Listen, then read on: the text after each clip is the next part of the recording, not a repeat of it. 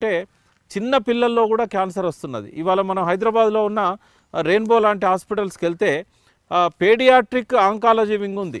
అంటే 2 ఏళ్ల పిల్లలకు 1 సంవత్సరం పిల్లలకు క్యాన్సర్ ఎందుకు వస్తుంది?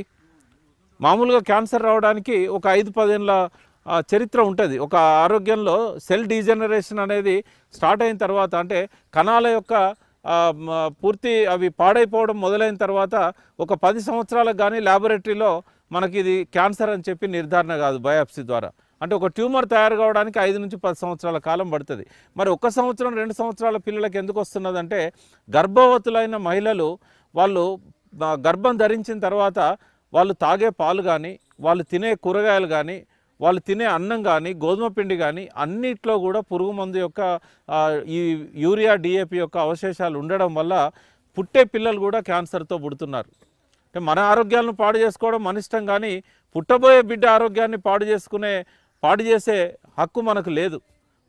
ఈ భారతదేశంలో కానీ ప్రపంచంలో ఎక్కడైనా కానీ భూమి మీద పుట్టే శిశువు ఆరోగ్యంతో పుట్టాలని కోరుకుంటాం.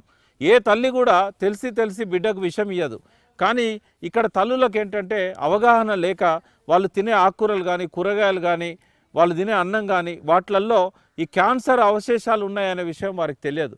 ఇటీవల అమెరికాలో ఒక నగరంలో జరిగిన రీసెర్చ్లో 99% పిల్లలలో ఈ పురుగు మందుల యొక్క ఎఫెక్ట్ వారి రక్తంలో కనబడిందని చెప్పి పరిశోధనలో వచ్చింది. 110 మందిని పరీక్ష చేస్తే 99 మందికి ఆ క్యాన్సర్ కారకాలు వాళ్ళ రక్తంలో కనబడ్డాయి. అంటే అవి ఎట్లా వచ్చినాయంటే వాళ్ళు తినే కూరగాయల ద్వారా, పండ్ల ద్వారా వచ్చాయి. అదేవిధంగా ఈ పురుగు మందులను మనం పరిశీలించినట్టయితే మన భారతదేశంలో అమ్మే కలుపు మందు కానీ, పురుగు మందు కానీ ఈ అన్నీ కూడా 90% క్యాన్సర్ కారకాలు ఉన్నాయి, కార్సినోజెనిక్. గ్లైపోసెట్ను మనం నిషేధించినా కూడా అది ఇంకో రూపంలో మళ్ళీ మన ముందుకు వచ్చింది.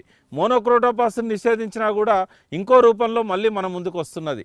ఎంత మోతాదులో వాడాలనేది కూడా రైతులకు అవగాహన లేదు. ఈ సేంద్రియ పద్ధతిలో వ్యవసాయం చేయించాలనేది మనం ఒక లక్ష్యంగా పెట్టుకున్నట్టయితే, ప్రభుత్వం ఇచ్చే సహకారాన్ని ఉపయోగించుకున్నట్టయితే తప్పకుండా ఈ క్యాన్సర్ను మనం తరిమి కొట్టగలుగుతాం. క్యాన్సర్ నుంచి దూరంగా ఉండాలంటే ఖచ్చితంగా